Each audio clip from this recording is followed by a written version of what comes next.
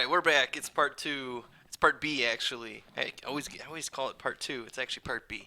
Uh, welcome, Landry. We're doing part B now. You said you had something you wanted to say, and you said I should set it up. So go ahead. What was it that what were you thinking of that you wanted to say? Yeah. I just want to ask you, how did you start like making these kinds of um, videos? Um, well, I've been trying for a couple of years since I started typology gifts to, the website. I don't know if you've been to the website with the gift recommendations. Have you seen that? It's Or like, actually, no. okay, it's I should go. typologygifts.com. So, Okay. it's gift recommendations based on personality type. So I was making this website and I thought, well, I should have a YouTube channel, and I struggled for a while because I was like, well, what do I make a YouTube channel about?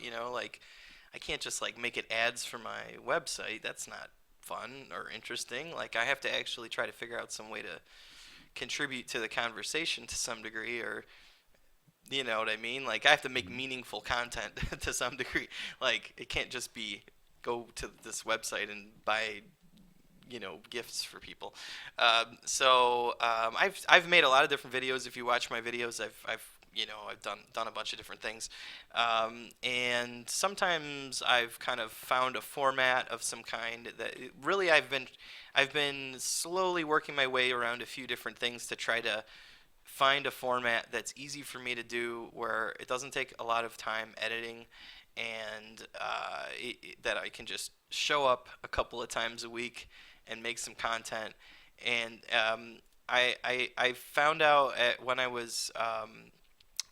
I've tried typing people at work over video chat, and I started to realize, hey, I'm getting this. Like the first four people that I typed, like they knew their type, and I got to the end and I told them what I thought their type was, and it was the type that they had gotten from like working with an MBTI practitioner.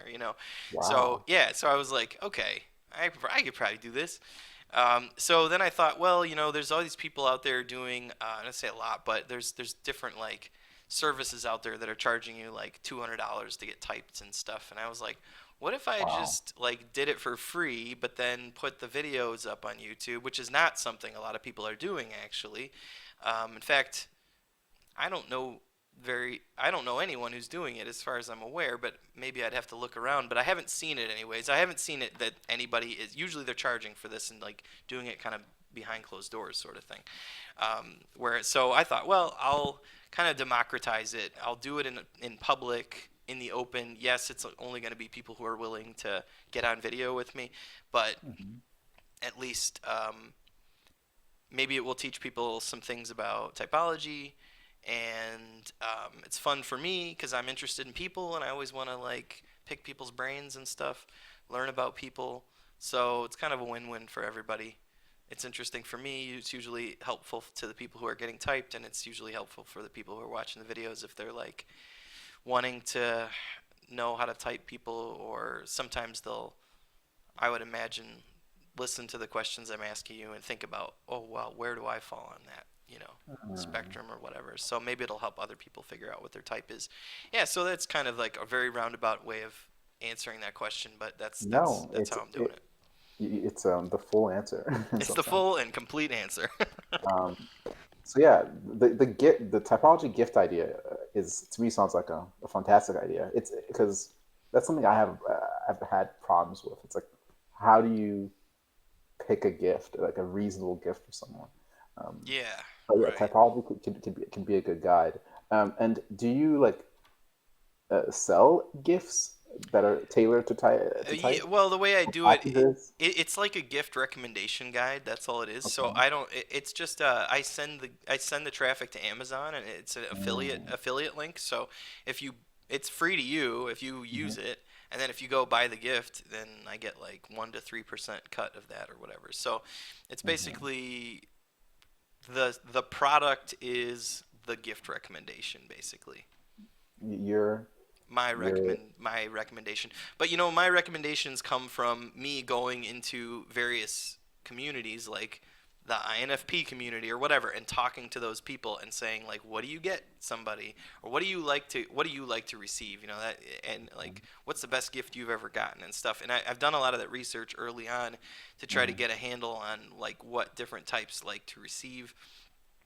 Some types don't even like to receive gifts, but I still have to kind of figure out like for the ones who do, this is the recommendation. So you'll see, like when you go look at it after we're done here, if you go take a look, you'll probably get a sense for what each type is like by looking at the different gift ideas for each type. So yeah, That's awesome. and maybe I it'll mean, help people figure out what their own type is. it's an extra piece of data. Yeah, it's Yeah. another way around that. Yeah. All right. So speaking of typing, let's get back to typing you.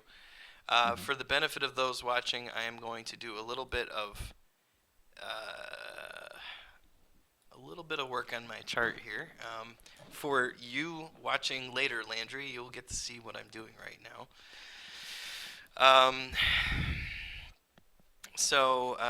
Just give me a second while I disqualify a few things here. Um, Okay. it's going to just take me a minute or two here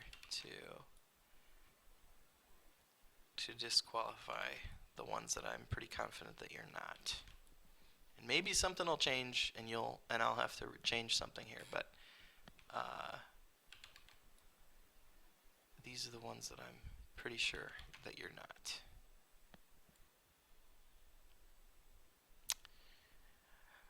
So you Uh, have a whole system now, like a. yeah, I have a chart, and it's pretty simple. It's just lucid charts. I just have check marks and X's, and I just cross off ones. It's basically just a crossing off items off of a list. Um, you'll see when you watch the video afterwards what it's I what it mean, what all it's if you ever want to become an academic, just call it something fancy like yeah, right. Need a like fancy name for this, right? dynamic sorting by pigeonhole Sure, principle. sure. Great. Let's see here.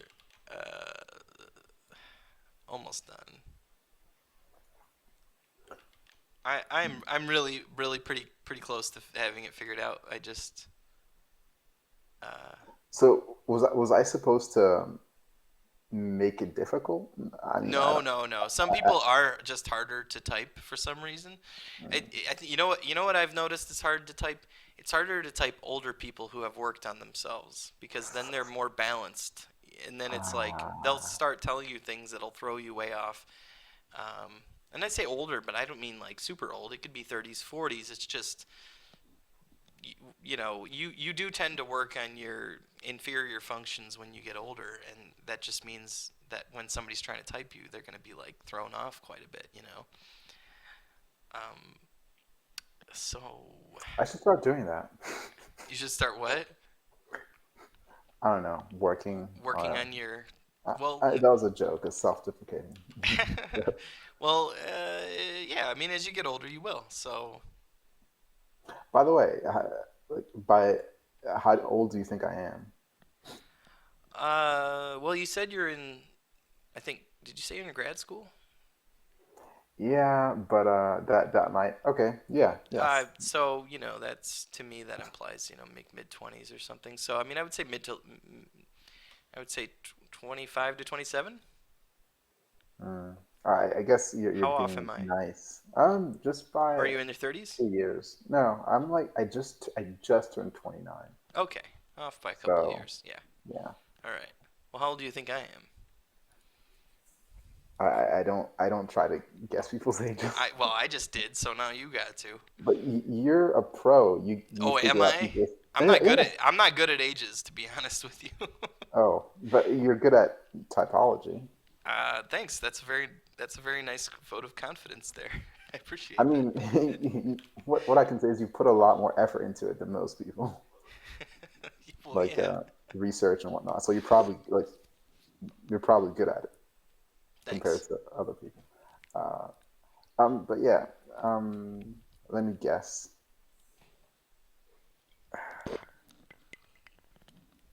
Mm. I don't know. I would think no. I can't. Like Is this one of those 14 or 40 kind of situations? no. I think it's 20 or late 20s or early 30s. Okay, not bad. I'm 38, but most people guess I'm 28. So Oh, I know I look a lot younger than I actually am. you same here Yeah, right. as you noticed. Yeah. Um. So let's see here. I'm almost done with working my way through this. So let's see here. I've got it kind of more or less narrowed down to three types. And so we're gonna make sure. Like I have a I have a theory, but I need to validate. So Okay. um, actually, I think it's down to two types. Uh, yeah, it's down to two types, and it should be pretty easy. I think. Honestly, my gut tells me it's one type, but I need to validate. Basically, I'm going to ask you some questions, and if I'm right, you will answer the way that this type probably answer or would more likely answer. Um, I've always found anything related to psychology just a little bit creepy. yeah, Just why is because of that? this aspect of it. It's like you will answer the way that you're supposed to Well, answer. not supposed to answer, but it's more like this. It's more like You will answer if the I way. throw a Mhm. ball to you 50 times and I notice that you're catching it with your right hand 37 of those times, then I can probably say with all good guessing, I should be able to throw this ball at you again and you'll catch it with your right hand just because you've shown a tendency to catch it with your right hand. Induction. What's that? That's an induction. Sure, Yeah. yes. So that's kind of what I'm thinking. Okay. Um, do you ever do you find yourself now? I have a personality type that tends to conquer the problems of social awkwardness to a great degree. But do you find yourself in socially awkward situations on the regular, or are you pretty capable of social situations? How capable or whatever are you? Mm. I guess I Mm. should say how capable are you socially? Mm. I guess pretty good one on one, Okay. but And what in about more than one on groups, one then? What's the deal? um, then then it depends. It depends on how how formal the situation is. Okay. The more formal, the more work it takes, Uh I huh. guess, to Mhm. get done. But if it's like like just hanging out with friends, Yeah. you know, playing board games or something, or Mhm. something that's like, or doing an activity with people that Mhm. you know, that's never a problem. But if it's a situation where you're trying to like meet new people, uh, Mhm. learn people's names or something like that, Yeah. Yeah. uh, Yeah. it can get kind of frustrating. What is a weakness that you had when you were younger that you've overcome to some degree now that you've gotten older? Uh, I don't know, losing things, Okay. but like How did you overcome that? by I guess two ways: having fewer things, and Okay. Right. and Fewer things to lose, yeah, which fewer things to lose, and or maybe you just lost them all. no, no, Maybe you no, had like a thousand like things and now you're down to 100 because you no, like lost 900 of them. actively reducing like Okay. the kind of amount of stuff Yeah. that you Yeah. have to Yeah. have around, Right. Right. um, uh, and just checking more regularly. Essentially, as you get older, you start having like habitual checks, and Yeah. essentially, I gained habits. And Right. when you have habits, you're less likely to put something, misplace something, and therefore lose it. Right. Right. Right. But is that what else? Um, some shyness, I guess. Uh huh. Um, Uh huh. So I, were you really shy as a kid?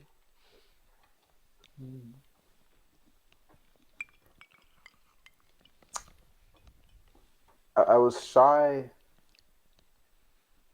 You know, I had like insecurities, Hmm. and I was shy in some social situations, Hmm. but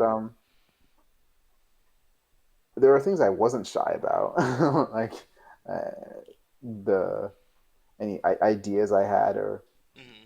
things that I did. I wasn't shy about, but What are I your? think mhm. No, go ahead. Continue. Let finish the thought. Because I was gonna take it in a complete different direction. So No, I want to know go, what. No, go what ahead. was that? What were you gonna say there? Um, I mean, growing up and living with all sorts of different kinds of people, Hmm. um, just makes you, you know, less phased by people in some sense, and therefore, yeah, now uh, it doesn't bother me just to talk to people directly and stuff like that. Okay. Okay. Are you good at like if you think about like there's a certain kind of game. There's like Legos where you have like the building blocks and you can build things, and there's like sandbox games like Minecraft where you have the pieces and you can build things. Are you good at those kinds of like? Do you have a natural aptitude towards? I have all the pieces in front of me and I can build interesting things out of Yeah, for sure. I mean, I think that's my job currently. that. Okay, so you're like, I'm going to turn this into a career. Essentially, I mean, the best parts of my job are Okay, that. yeah, the parts you enjoy the most, right? Yes. So if it has to do with a linear step by step, you have to do it this way, or then you're just like, Yeah, yeah, yeah, you're yeah. not liking that, right? That's the other part of my job. Yeah, yeah, that's the part you hate.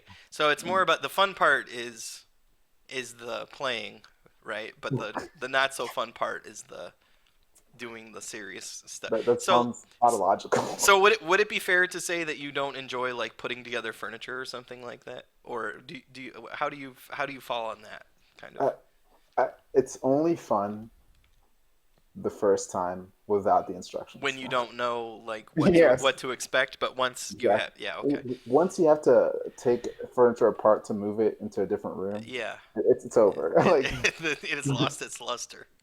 except there's only one situation. Uh, Um, when when there's like a maximizing situation where like you have to take a piece of furniture apart to get into the other room, yeah, um, but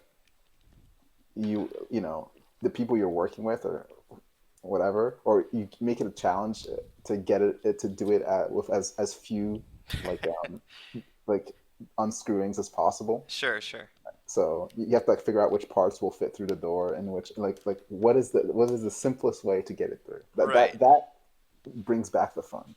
right. So once there's an element of once A you've added an challenge. element of improvisation back into it somehow, Yeah, then it becomes fun. yeah. Yeah, that makes sense. And w- are you the type of person that you could see yourself like disappearing into your research for like weeks at a time without any human contact? No, not necessarily wouldn't be healthy for you, but like, Mm, are you weeks, no chance. how long can you go? Maybe weeks is too long, but how long can you go sort of solo in your own head, working on your own stuff, thinking about your own stuff? What's the longest that you let's I mean, like it you're seems probably more like of a healthy person of this type that I think you are, but I mean like if you could imagine maybe there's been times where you were less healthy and you withdrew or something like that. I don't know. yeah, yeah. There have been times when I withdrew, but that's yeah. The outcomes of that aren't great. And what can I say? Um, I, I mean, there's an impulse. Like, Hmm. there's a part of me that's like, okay, yeah, I could just like, you know, do that, but Right, right. Well, it doesn't. It doesn't make sense. you It know doesn't it actually you work. you know it wouldn't be healthy to do it, but you. And no, but to some extent, like I do like people. I have friends. I like Hmm. actually maybe this is an important part that you might need to know. Like Sure. I like talking to people. Like it's Hmm. an important thing. Like Yeah, yeah, yeah. yeah. It's Um, interesting. Do you I try don't to know. do you try to predict what people are gonna say,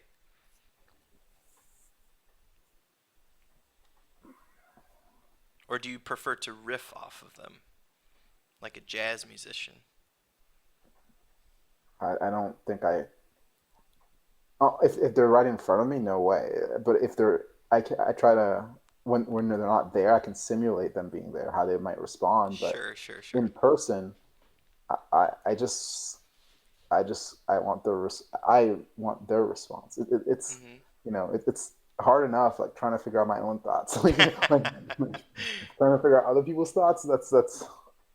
Right, That's right, right. Yeah. unless it's yeah, a separate thing where they're not trying to give me their thoughts like in a board game, right? You're trying to figure out what the other person's going to do, Hmm. or or in a more strategic way, in a more detached way, you Hmm. can think through what someone's going to do or how things are going to work out, but Hmm. not in person. And like that the time scales aren't right. Right, right, right. It takes so much longer to do that kind of thing. So, are you more the type that likes to stop and think a bit before drawing a conclusion? Yeah, well, the thing is, I've done that a lot, so I have a lot of ready-made conclusions. But Hmm. yeah, if there's new information, of course, stop and think. It's actually the most fun thing, like finding a new conclusion that fits with everything else is the most satisfying thing. So, what do you here? This will be the last question I'm going to ask, and Mhm. I'm sure it's a fucking crazy question. But what are some ideas you have of what the universe is? What do you think the universe is? I mean, it's been my own opinions have been contaminated by the general opinion. Well, yeah, sure, but go ahead. I want Oh, to but know. yeah, it's Yeah. like I'm still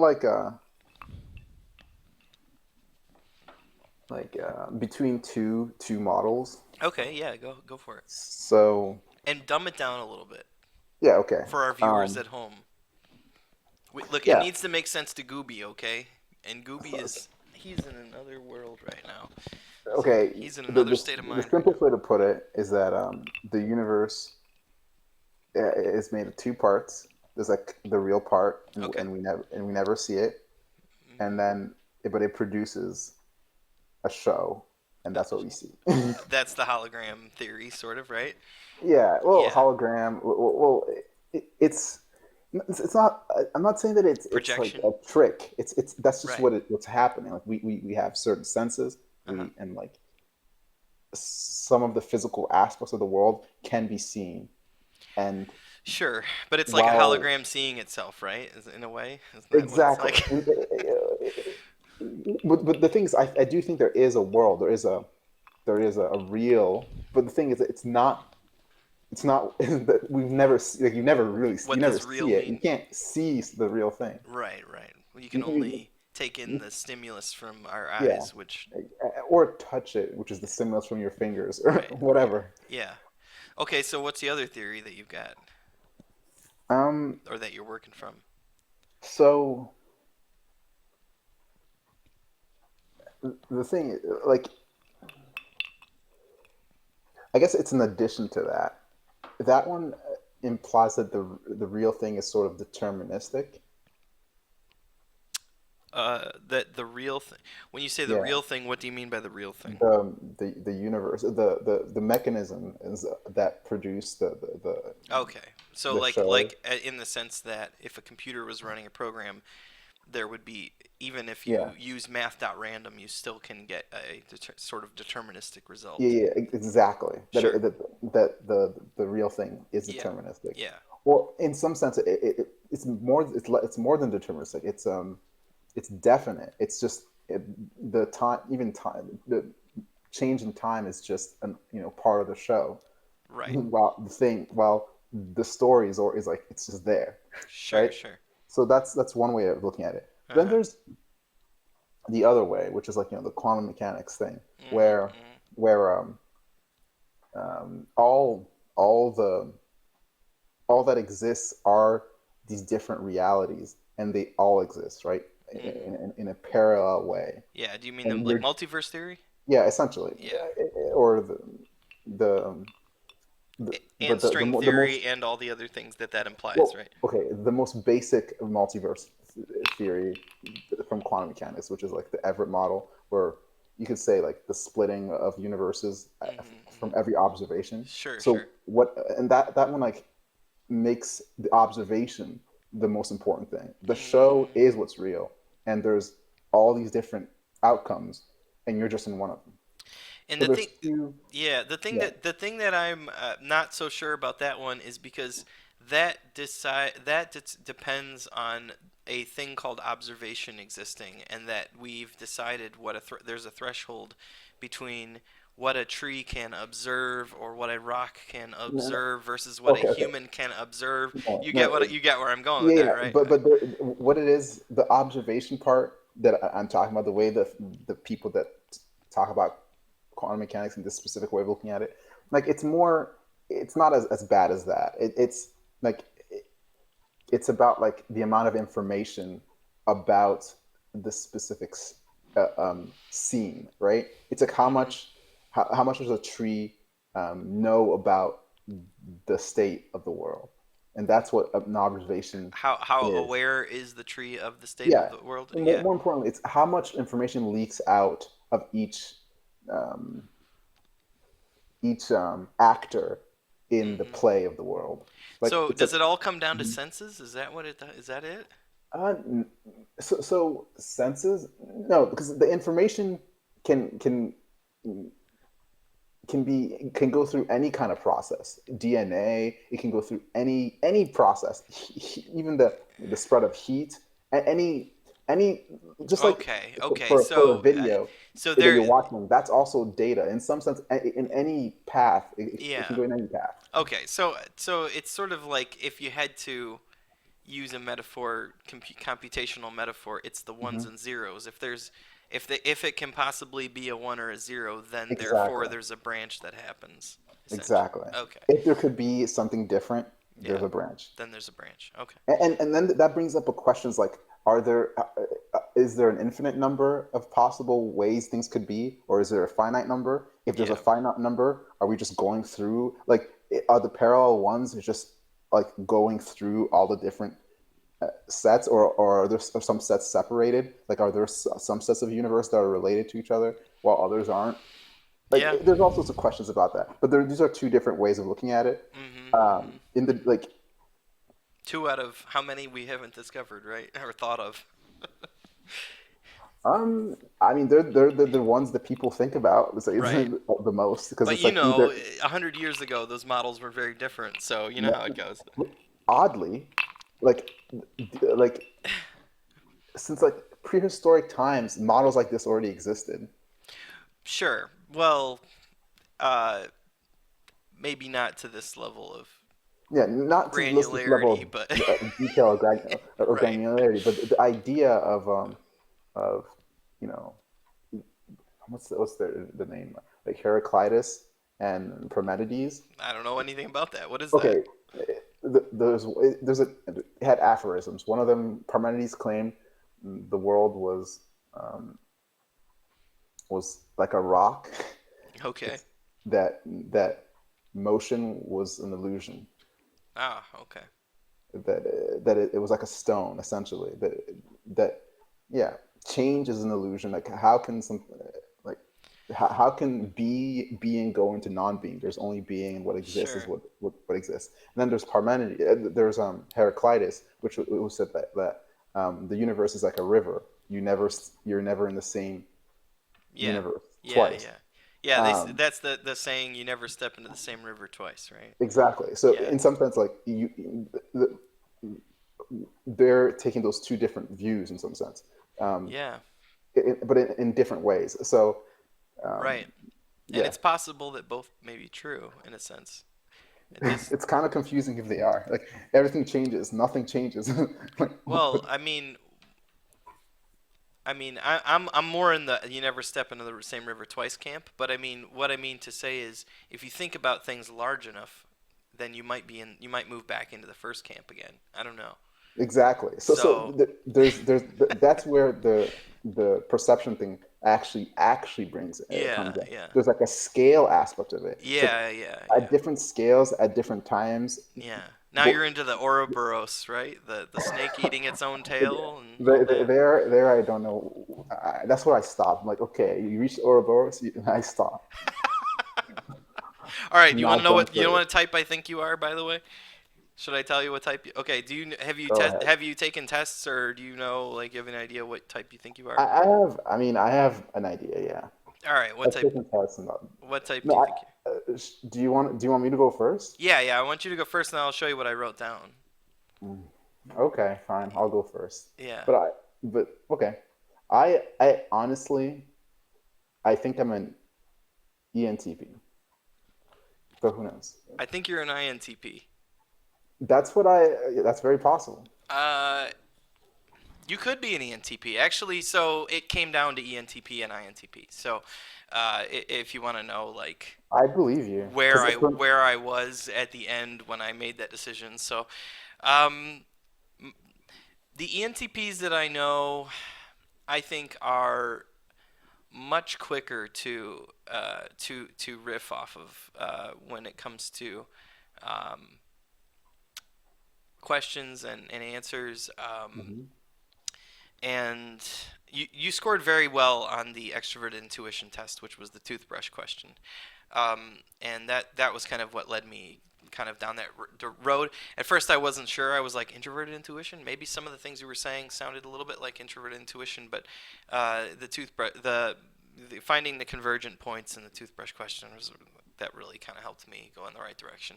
Um, um, I suppose the only thing that steered me away from ENTP was The I, riffing, right? well, that's one part of it. I think the other thing is I've noticed is that ENTP, you are charismatic like an ENTP. So to me, but you're also 29 years old. So I mean, it's sort of like an INTP that has had enough time is going to start looking more like an ENTP a little bit because they're going to be more comfortable using extrovert intuition and more comfortable with people and so on and so on. And I have known INTPs that are very charismatic people, you know. So I think ENTPs have a natural charisma. They sort of just exude charisma almost Mm. almost offensively so, almost annoyingly so. Um, they can almost go off too far into that direction. For me, as far as my type, an INFJ, by the way, is my son's an ENTP, by the way, and so Oh. and I love him to death. Let me tell you, but sometimes he Mhm. annoys the shit out of me. You know, it's extroverted intuition. It is very, it's very wordy. You know, there's a lot. It's all about words. It's all about saying things. It's all about putting thoughts out there into the real world and spitting it out there and seeing how it goes and seeing what people think about it. And a lot of Yeah. times ENTPs will say things just to see what you're gonna say, just so they can see where they're gonna go next. ENFPs do that as well a lot too. So INTPs are a lot more introspective. I've noticed they are a lot more cautious and it kind of. I picked up on the introverted thinking a lot faster than I picked up on the extroverted intuition. So I was more sure of that than I was of the extroverted intuition to begin with. So that's why I was already from the first half of this call. I was already leaning towards the INTP, but I just didn't want to. I didn't want to jump to the end. You know, I was like, 16 types, right? I got to make sure that I at least do my due diligence. But I'll tell you that my hunch was INTP all the way from the beginning of from the end of the first call, first half of this, I'd say. Um, I could see why you would think maybe ENTP though, because they are using the same cognitive functions. So um, it's ultimately up to you, as far as what type you think you are. Hmm. Nobody can tell you kind of you're that type. It's really up. You know what's going on inside your own head. So you could be an ENTP. Uh, uh, so I think if you thought that you were an ENTP and I thought you were an INTP, I think it's very likely you're one of those two. Yeah, So the thing is, yeah. that's always been that's the only uncertainty I've ever had. Like early on, I thought I Mm, was an INTP, yeah. but then that's what I was saying. Like early on, I had some like social anxiety and some shyness, and Right. when I sort of developed, I don't Hmm. know, went to college, did stuff in some sense. Yeah. Yeah. I was like, well, I really don't identify as much anymore with INTP. Hmm. Hmm. But now that I've moved more into like work Hmm. and essentially like I have done a bunch of things Yeah. and then settled on like this much more like stable like career path. I Hmm. understand why a person might think INTP because Sure. I feel like I've become more careful, for example. Like Right. Right. Yeah. So I mean, the differences are subtle, So I mean, it is. I honestly think I am like somewhere like it's weird to say this. I don't actually I would prefer that people don't like produce other like mixed types, but I do feel like I'm somewhere in between. Like historically, Sure.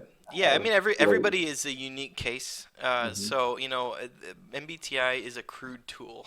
It is Yeah. it is like a ruler. It is not a scientific instrument. So you can be between 1 and 2 inches, in length of something. You could be off by one or by a little bit or the other. You know what I mean? Mhm. It is possible that you could be somewhere more toward you could be an INTP that's more like that's a little closer to ENTP, or you could be the other way around. You could be an ENTP that's more like an INTP. So you'd have to maybe that would require some introspection, or maybe rewatch the video or think about it. I don't know. Maybe keep reading those cognitive um, function descriptions. Go look at the Typology Gifts website. Maybe that'll. But the thing I'll tell you something that I think is that I notice that Mhm. may help you get there, which is ENTPs have this very unusual sense of humor. And INTPs, they do have a sense of humor, no doubt. But it is sort of like, because of that introverted thinking, it is you have to scratch beneath the surface a little bit before you start to get into their sense of humor, and Mhm. it's a more cheeky, like subtle sense of humor, I guess is the way I would say it, where ENTPs are a lot more out in the open with their sense of humor, and they will tend to Right. even like almost the more antagonistic of them will even almost try to get a rise out of people Mm. just to be funny, or just to keep things interesting or something like that, almost I for the see what you mean. irreverence for its own sake, almost. And it's Mhm. not that INTPs never go in that direction, but that's something that have noticed with I don't ENTPs. think I'd go in that direction, just I don't think irreverence you do towards either, mm, so that's kind of unless I know the person very well. Like right. yeah. Yeah, so that's why I lean more INTP with you, because you are probably, to me anyways, again, it's just my opinion, you can take it or leave it, but to me you seem to be more thoughtful before you would go in that direction, whereas ENTPs can sometimes put their feet in their mouth because they may be more likely to use their extrovert intuition before they're willing to I actually know exactly what you're stop and talking think about. about it. Do you sense that? Do you get what I'm saying there? Like, Yeah. there's kind of a check in there before you might go down that road in a lot of cases. I mean, there's you could also say it's like an FE thing. It's like it, if you've developed your FE, Sure. you're less what you say is less likely to be just directly. inharmonious or whatnot. Kind of, but I mean ENTPs, according to MBTI, anyways, have Mhm. higher FE usage than INTPs. That's what I'm saying. Supposedly, Yeah, supposedly. but the But thing is, it's about development, right? yeah, but So I think early on they don't have it developed, and then they do this thing, and then you mean they quickly develop INTPs? it. INTPs, you mean, Uh, or I know ENTPs? ENTPs, and I think INTPs um, just don't like they don't have this constant NE problem, so it just Sure. yeah. Yeah. Right. Yeah. I think So it's ENTP. a different path of development. Yeah. I think ENTPs can get in trouble with their NE, Exactly, and then through FE and then they have to correct it. smooth it Yeah, over. exactly. Yeah. Right. Whereas INTPs probably anticipate to some degree a little bit more, or Yeah, at and least also they. don't have that problem with NE.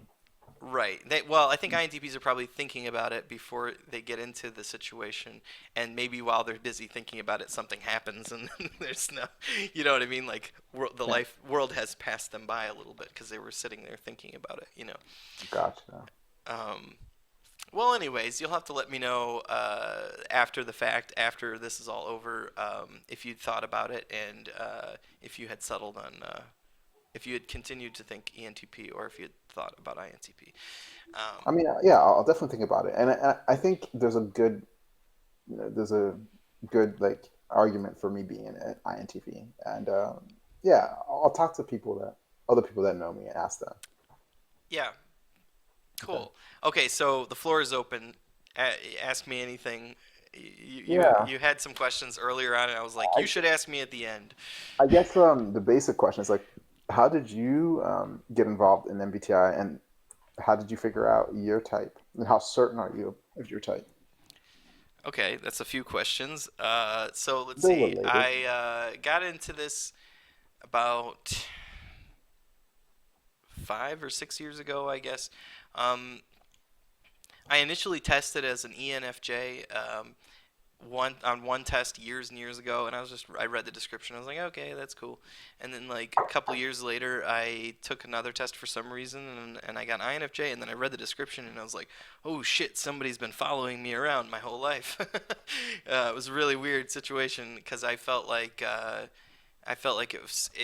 it resonated with me in curious and strange ways that no one that the description of INFJ seemed to resonate with it seemed to understand me. People writing about it seemed to understand me better than anyone I had ever met. So that was an unsettling thought that kind of but then made me curious, and I had to go further into it because I was like, well, if this if somebody who's never met me is able to write a description of me so well, and I can read all these articles that describe me so well, there's got to be something to this. It's got to be some kind of legitimacy to it.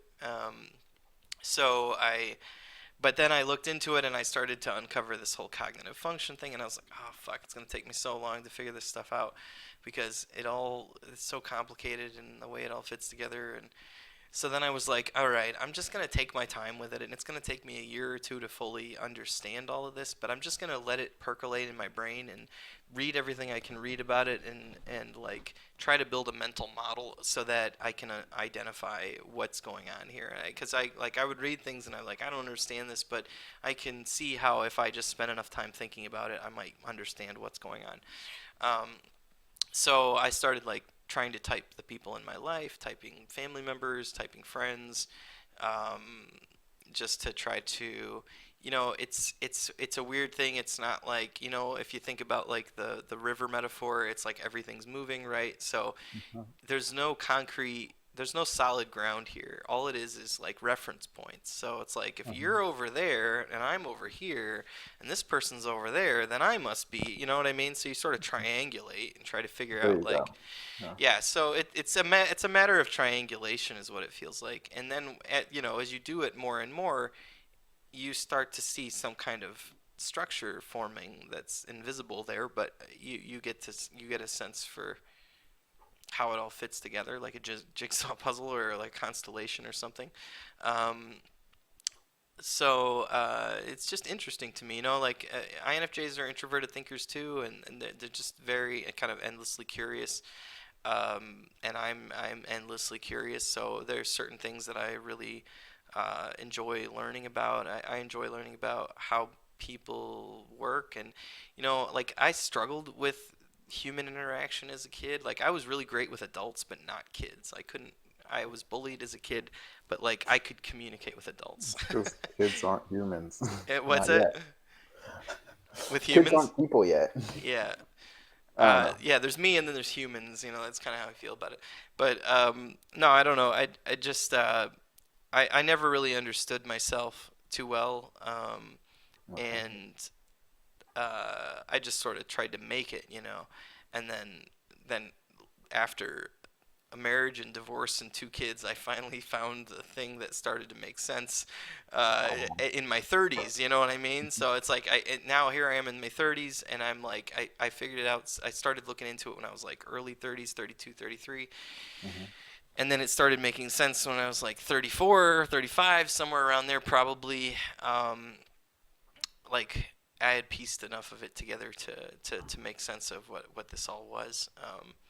And then it started to click, and then I was like, okay, I've gone from not understanding people at all to like feeling like I understand people better than most people do in the span of a couple of years. It's a really strange thing to have happen, but then That's that fantastic, though. It's like that's like a great thing to hear. Keep going. Yeah, but well, it was good for me, you know what I mean? Like, because it greatly advanced my ability to function in society. hmm. Because I am so sort of distant from society in a way, at doing my own thing. So it was a way for me to connect to humanity, because Hmm. it helped me make sense of where I fit on certain spectrums of behavior or ways of thinking or things like that. Um, because being an INFJ means feeling like an alien in a lot of ways, and feeling so far detached and removed from what everyone else is thinking about, I guess. Um, so it was a way to reconnect, I guess, with everybody and feel connected to, because INFJs really just desire connectedness. They want to feel connected to everybody, and Hmm. they want to feel understood and stuff like that. Hmm. And I never did feel those things until I finally realized where I fit on these different spectrums, and I'm just like, oh, I'm just on this little lonely weird island over here, but I'm not like Outside the spectrum, I'm not you're outside. I'm not human. I'm yes, human. Like, exactly. and I fit into these categories. It's Yeah. just I'm just over here in this weird place that people don't normally go. But I mean, I Hmm. can still, So it helped me become a lot more functional, I guess.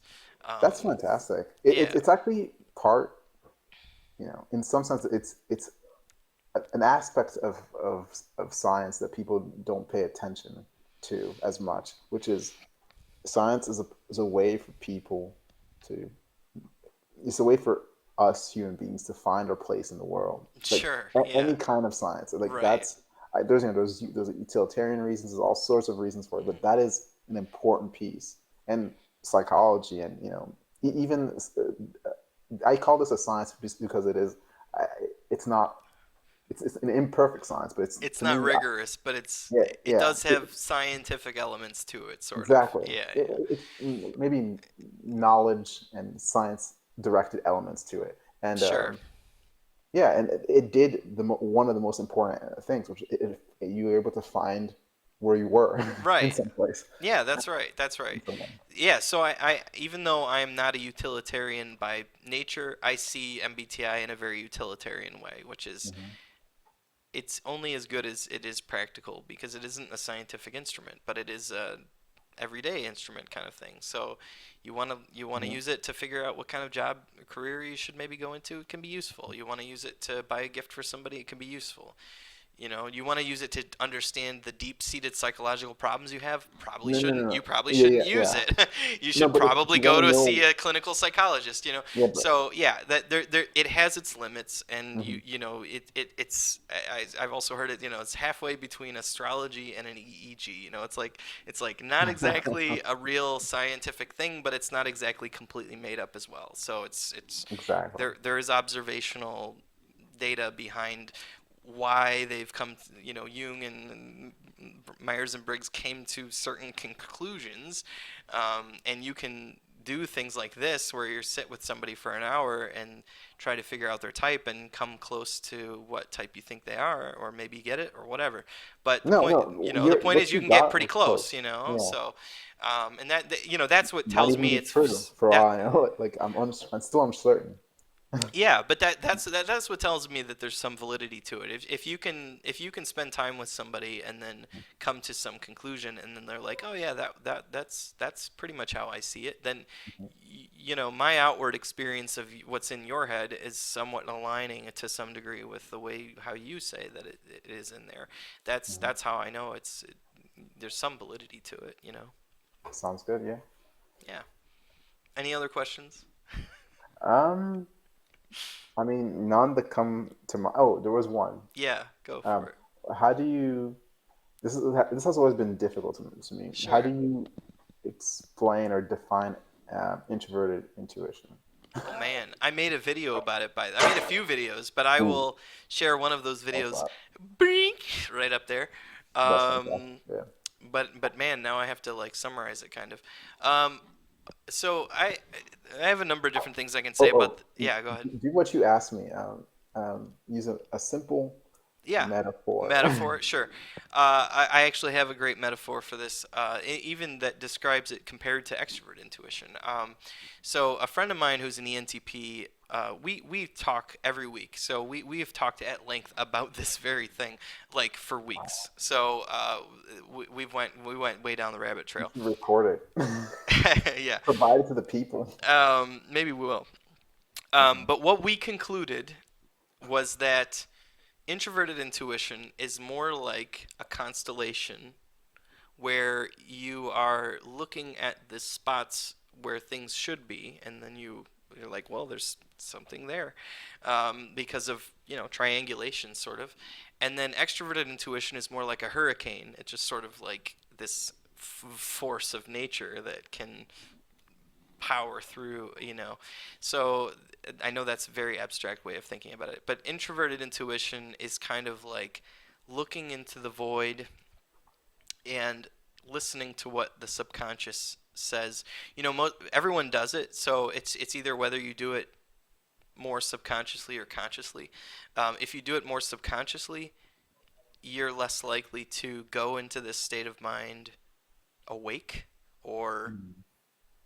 when you're really thinking about it, more likely to go into the state of mind when you're uh, doing Asleep. doing something else or falling asleep or whatever. Yeah, um, you might be doing something else and just Mhm. suddenly be in that, your subconscious is sort of in that mode. But I like to imagine it like a well. As you imagine a well, and then imagine a cloud around the well, and then you walk towards the well and you step into the cloud.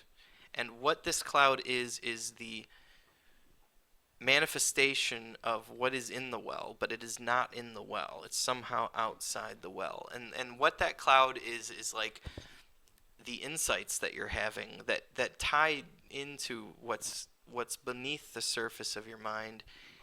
Mhm. And you when you're doing it consciously,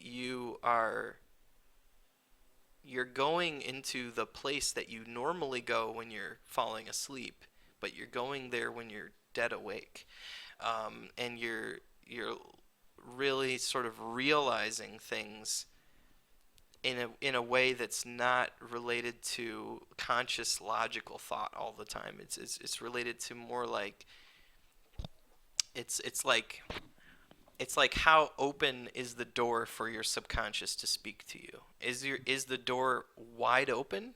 Is your subconscious allowed to tell you all the things that it's thinking? Because, No. right. No, that's what I'm saying. So introverted intuitive people who are NI dominants are, especially INFJs, but INTJs do this as well. But I've noticed from talking to INTJs, they're so utilitarian with their intuition that they don't necessarily go quite in this same place.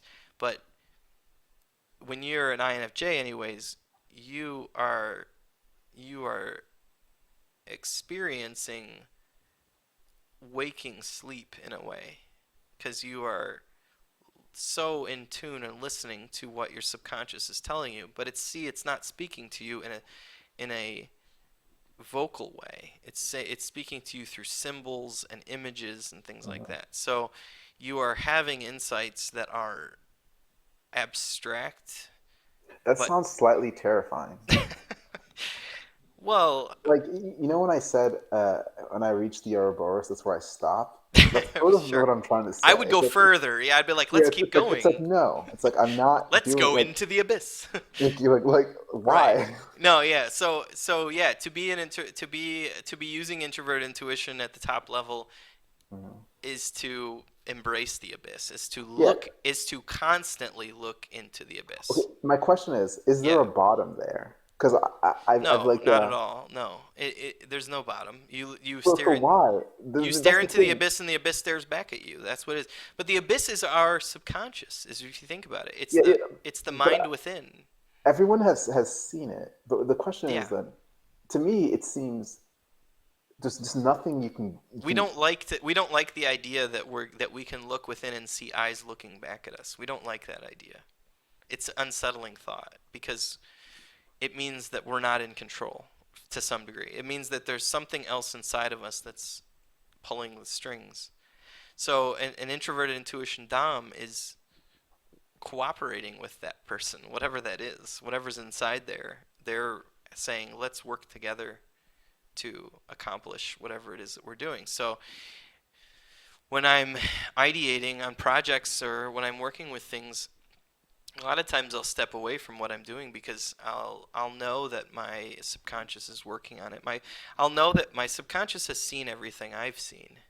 So I know that it knows what I know, but it's seeing things differently than I'm seeing it. So it's going to mull that over in its own way, in its own murky way that doesn't have anything to do with linear logic, and it's going to produce things that I just have to listen for. And if I'm relaxed enough and listening, they'll come to me. And when they come to me, then it's a matter of organizing that, and that's where the TI comes in. It's sort of like, okay, this insight came to me. Now what? Does that make sense? Is that insanity, or is there some nugget in there that I need to pay attention to? Usually, there's something in there that I need to listen to or think about. So it's like dual. It's like being insane at the same time, kind of in a way. It's like embracing your irrational side to a degree, and like being willing to uh, listen to your irrational side, but know that it's the irrational side, and also just say that okay, I know that this insight that I'm having is irrational, but I also know that there's some meaning behind it. Whatever it is, I have to figure it out.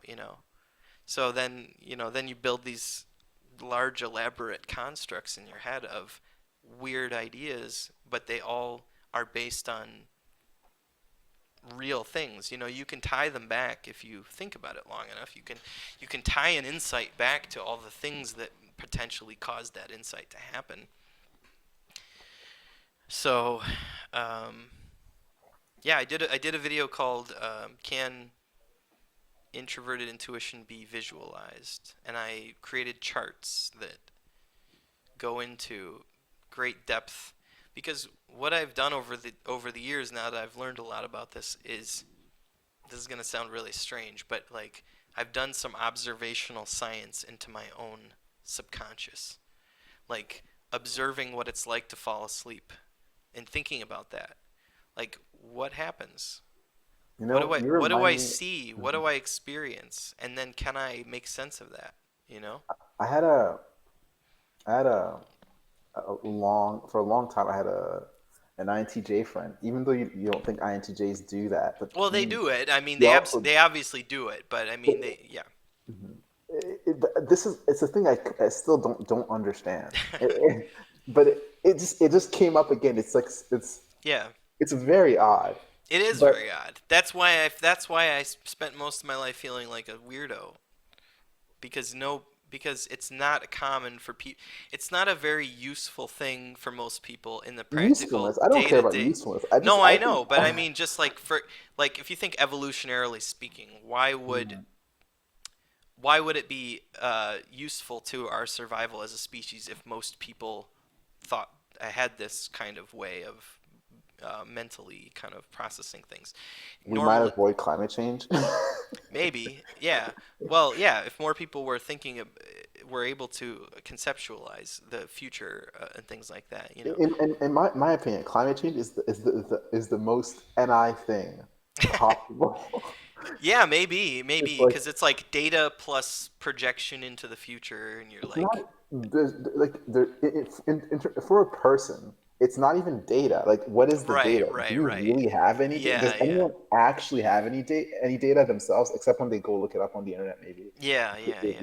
read about it. But it's essentially someone's telling you Hmm. um, Right, and then that. you're unlikely. So here's the thing with climate Mhm, change: you're mhm, unlikely to accept it on the basis of authority because there's no authorities. There's no even though the scientific community is in agreement. But I mean, what I mean to say is like there's no governmental authority typically that's saying mhm, climate change is happening. You know what I mean? There's mhm, there's like bodies of scientists that are saying this, but mhm, if you're a TE dominant, for example, or mhm, ISTJ or ESTJ, you may be more skeptical of that climate change is a real thing because mhm. you're saying, well, things have always been the way they are, and the Exactly. authorities don't have a problem.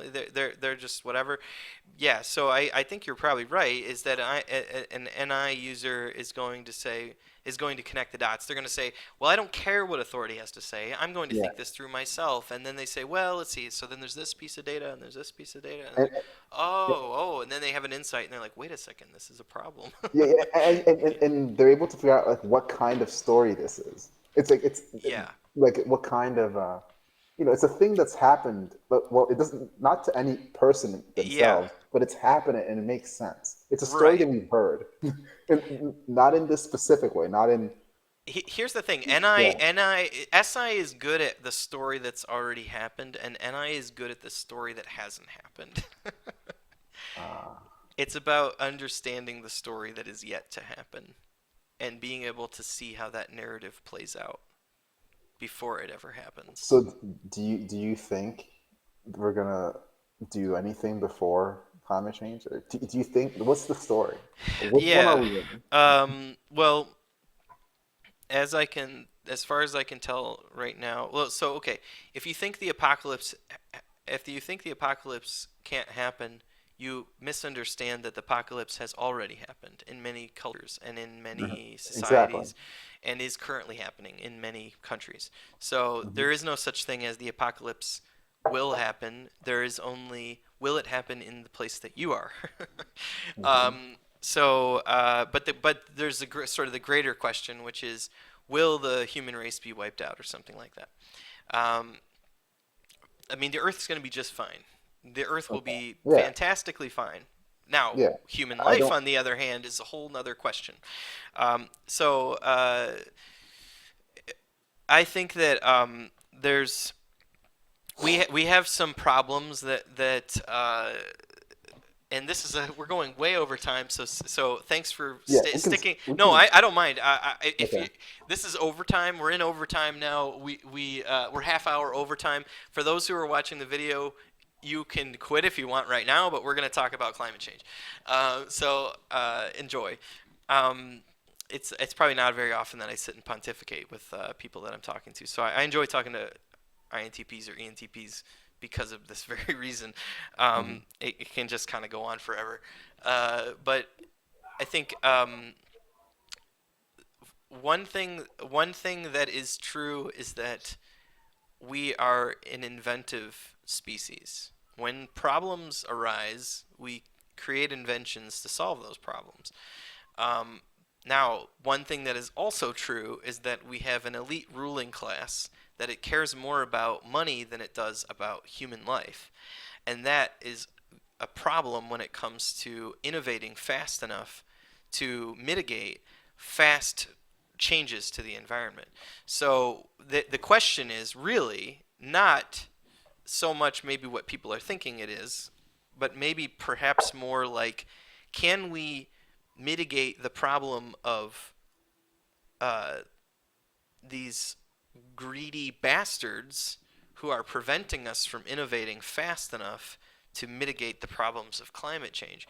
So it's unfortunately they have a lot of control over the political system, and because of that, they prevent um, the kinds of changes that need to happen legislatively to invest into innovation and infrastructure and things like that that are going to potentially have a role to play. I mean, it's a multifaceted problem. It's not like you're going to flip one switch and everything's going to be fine, you know. Hmm. But you need like the Elon Musks of the world. You need as many of those people as you can to be coming up with as many possible solutions so that this person comes up with some kind of thing that you can put in the ocean that takes the carbon out, and this person puts something into the air that, you know what I mean, and we're all working together as one race Hmm. to solve the problem, the multi-dimensional problem.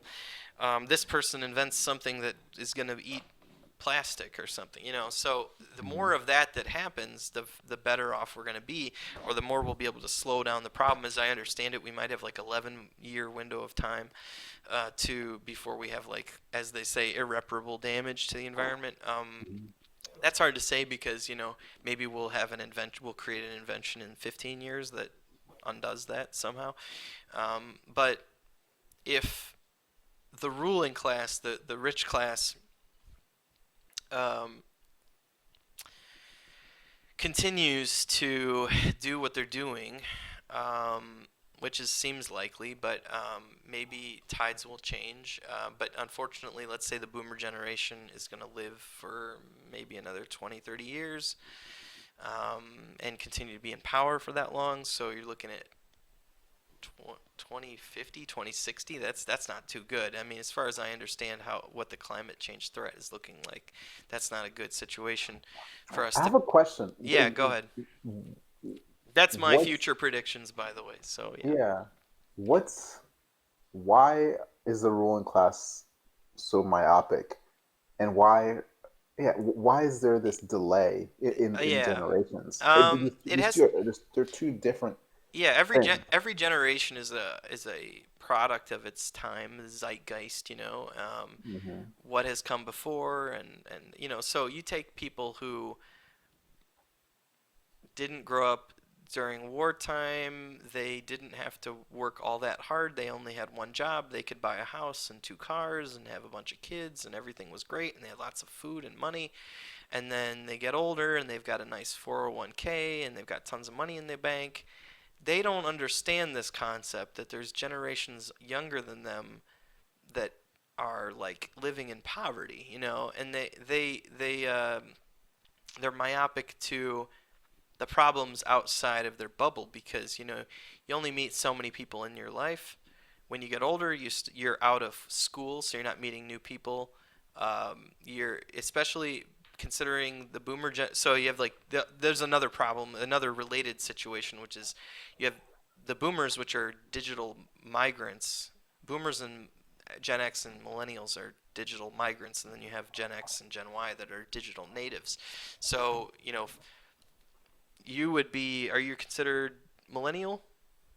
Yeah. Yeah, I'm considered millennial. It's, what is it, 20, probably by now it's probably like 25 to 27 to 40 or somewhere around there. I don't know, it's Hmm. 10 to 12 years there, something like that.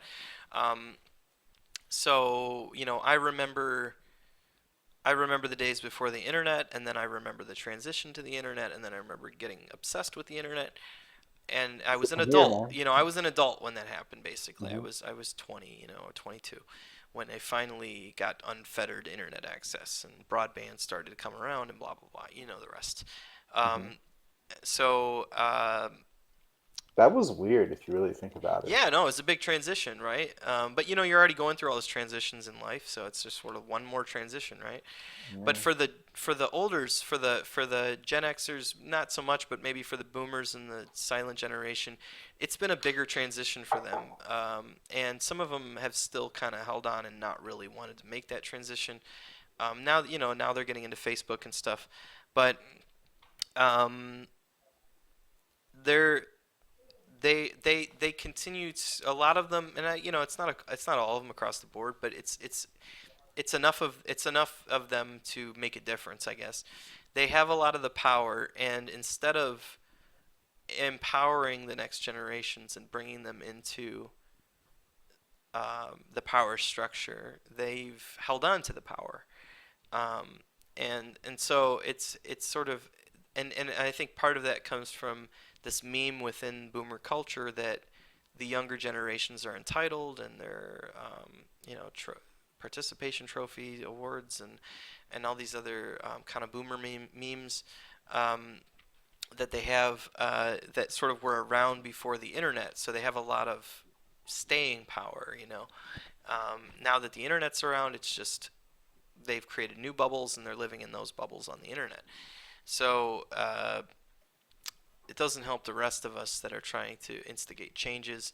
So it really is going to be one of two things is probably going to happen. Either we're going to overthrow the structure. It seems less likely to me. Um, Maybe there's three options here. We're either going to overthrow the whole structure, or we're going to innovate. That's the one I think I want to do, and that's what I'm working on to change the structure. It's a good Mhm. quote that I found. Let me find that quote. And then the other thing is that nothing changes. So the good quote that I found is, let me find it. I'm gonna do some bad radio here, and it's gonna be quiet for just a second while I find this quote.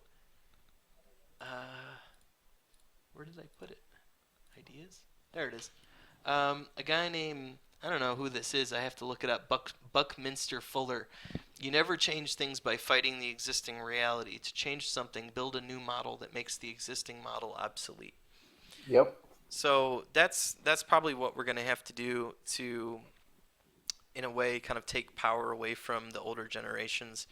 Is build new structures that obsolete their way of thinking and make it impossible for them to continue to control the climate and other things. So if we have ways to work around the government. I mean, innovations are great because they're not regulated. Like if it doesn't exist or if it's never existed, you can't regulate it. It doesn't. There's no regulation precedent. Hmm. So it takes forever for legislation to catch up. So it's great. Innovation's great. So I think if we're going to solve climate change, it's going to have to keep coming from innovation, innovative people thinking about this problem. The more people that think about it, the more likely we are to solve it. So as long as everybody's thinking about it from their own way of, you might think, well, I'm not a scientist, but maybe It's you'll have an not just a idea science that problem. It's not it's just a not science just a problem. science problem. No, it's a Yeah. social problem, and yeah, it's an It's economic an problem. action problem. Yeah. Yep. It's a, as you said, it's a information problem. Yeah. Like, Yeah. if Exactly. it's not in people's realities, Right. it's gonna, the apocalypse will hit them the way Exactly. it usually comes, which Yeah. is with no warning. I'm reminded of the guy in Congress or whatever who brought the snowball in and said like climate change, and he had like a snowball. Like Mm. they don't understand what it is, and they're thinking about it too. Conceptually, it's like it's Yeah, not. yeah. It's too. Oh, It's yeah. it's it's it's hard to imagine the monster that's not at your front door. Well, it's happening right now with the Yeah, coronavirus, right. right? It absolutely But is. people don't know that in 2 weeks they're gonna see National Guard troops. Like, people have never seen those, but they're Right. gonna they're gonna see them.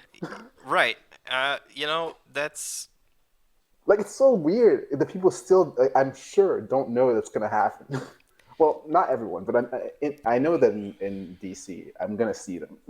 It's coming. You know. Yeah. Well, it's not that wouldn't be the first time that's ever happened. There have been National Guard people like the militarization of the police has been happening like for a while.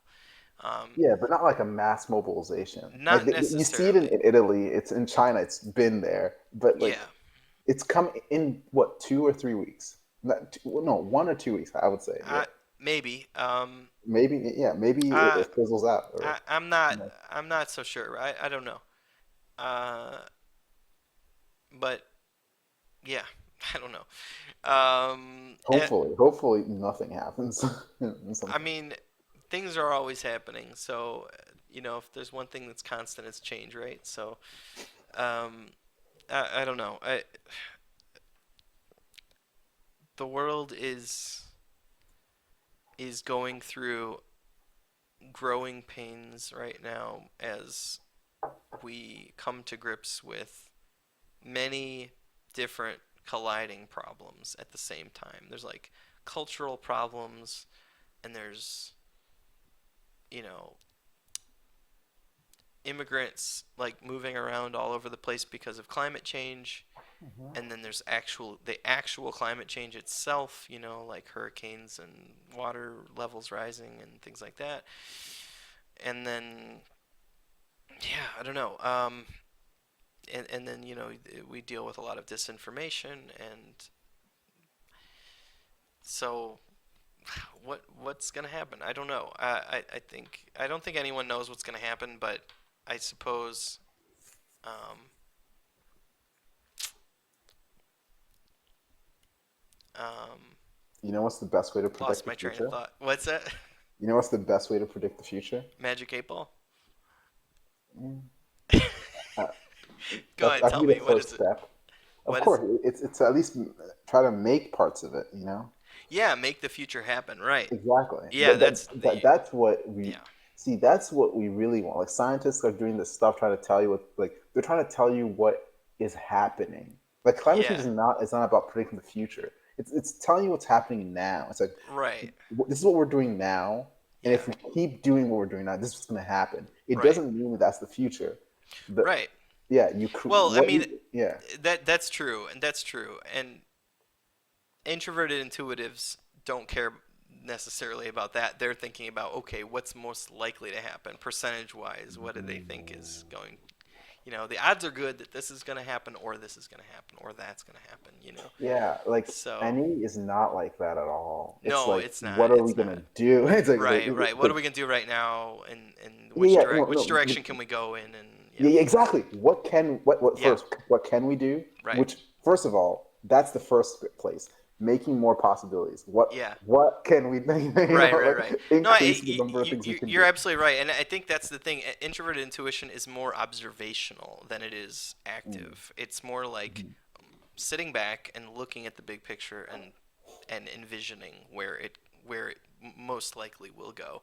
Whereas mhm. extroverted intuition gets right down in the trenches and starts moving around and making things happen and shaking things up. So Trying, yeah, trying, because we need that's what I mean. You well, try. we need both, We need the vision, and we need to be able to see down the path, but we need Yeah. people who can I explained this to my son a little bit, and the way I think about it. NI is like strategy, and NE is like tactics, So it's Hmm. like you need a tactician. You need on the battlefield. You need a tactician who can think on the fly and figure out where to move the troops and what to do. And then you need a strategist in the back who's thinking about the long game and thinking about what's okay based on this, or these things are going to happen and stuff. So it's good that we have both, and that we have people thinking the short game and the long game. Not that any users don't think about the long game, but I think they get too mired in the possibilities to go too far into the long game because they can see it going so many different directions. Yeah. So NI is much more narrow in on a few good options and figure out where it's going to go, and kind of cut out the ones that are a 15% chance. I don't really care about that. I want to know about tell me the 75% chance one. See, I think I'm on the 15% chance all day. I think any users are see 100 different options. They Yeah, see 100, everything. It's like 100%, 100, right. It's like I could 100 or different 100 360 percent. maybe. Like I can go in any direction if I want. All right, I think that's a good place to Yeah, I end think that's this it. video. Not necessarily Hmm. the call, because I want to talk to you a little bit more after the call. Okay. But I enjoyed the call. It's been very fun call. I've talked to you longer than I've talked to any of my previous guests, which says something about how enjoyable this call's been. So we're at a minute and we're Fantastic. at an hour and 20 in part B. So thanks for sticking along with us on this long part B. I Hmm. hope it's been enjoyable to you. So we'll see you in the next video. Thanks, Landry. You're welcome. And goodbye. Bye, friends. Subscribe. Click Click the thing and subscribe to the the thing. bell. The bell. Don't forget the bell. Click the bell.